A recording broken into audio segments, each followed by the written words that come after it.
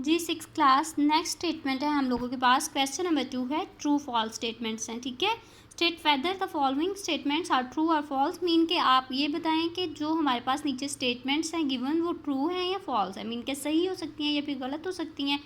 ठीक है, rewrite the false statements to make them true. Mean के आपने इनको दोबारा जो है वो ट्रू बना के तो आपने इनको लिखना है। ठीक है, अच्छा जी, फर्स्ट स्टेटमेंट है हमारे पास, spreadsheets are used for creating letters and documents.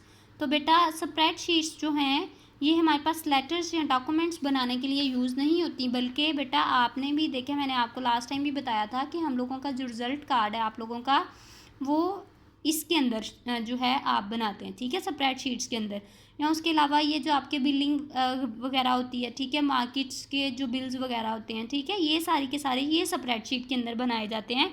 Document हमारे जो है वो हम वर्ड के अंदर बनाते हैं। ठीक है, या लेटर्स जो हैं वो भी, इसलिए ये स्टेटमेंट क्या है, फॉल्स है।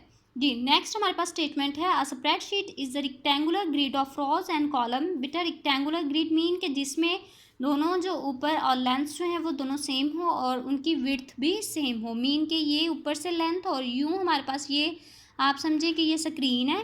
ठीक है, तो यहाँ से ये पूरा एक जो है ये रेक्टेंगुलर हिस्सा जो है, ठीक है, ये क्या होगा इसके अंदर, मीन के क्या होगा इस स्क्रीन के अंदर हमारे पास सेल्स होंगे, मीन रोज़ और कॉलम्स होंगे। तो वो रोज़ और कॉलम्स मिलके क्या बनाएंगे, एक सेल बनाएंगे। ठीक है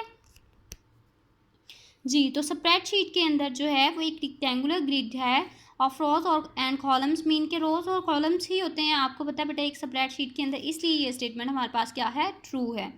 जी नेक्स्ट है हमारे पास, the cell we are currently working on is called the open cell. No बेटा, इसको हम ओपन सेल नहीं कहते, बल्कि लास्ट टाइम हमने पढ़ा था कि हम जिस सेल के अंदर करंटली मीन के अभी प्रेजेंटली, ठीक है, मौजूदा जिस सेल के अंदर हम काम कर रहे हैं उस सेल को हम ओपन सेल नहीं कहते, बल्कि उस सेल को हम एक्टिव सेल कहते हैं। ठीक है, इसलिए ये स्टेटमेंट क्या है, फॉल्स है। इन्होंने क्या यहाँ पे बोला है कि ये ओपन सेल हम इसको कहते हैं। नहीं बेटा, ओपन सेल नहीं कहते, हम क्या कहते हैं, इनको एक्टिव सेल कहते हैं।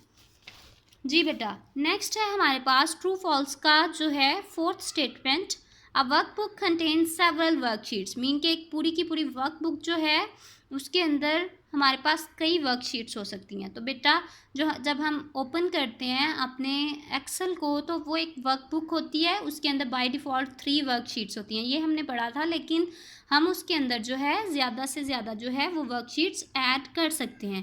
तो मीन कि वो एक बुक की तरह होती है। जैसे आपको पता है कि आपके पास सिंपल बुक्स है तो उसके अंदर जितनी ज़्यादा शीट्स आपके पेजेस हैं वो लगे होते हैं। ठीक है, इसी तरह से आप ये समझें कि जो स्प्रेडशीट है, ठीक है, वो वर्कशीट के तौर पे काम कर रही है और बाकी जितनी भी शीट्स मिल के एक पूरी की पूरी वर्कबुक वो होती है। ठीक है जी नेक्स्ट है, sheet tabs enables us to move from one worksheet to another.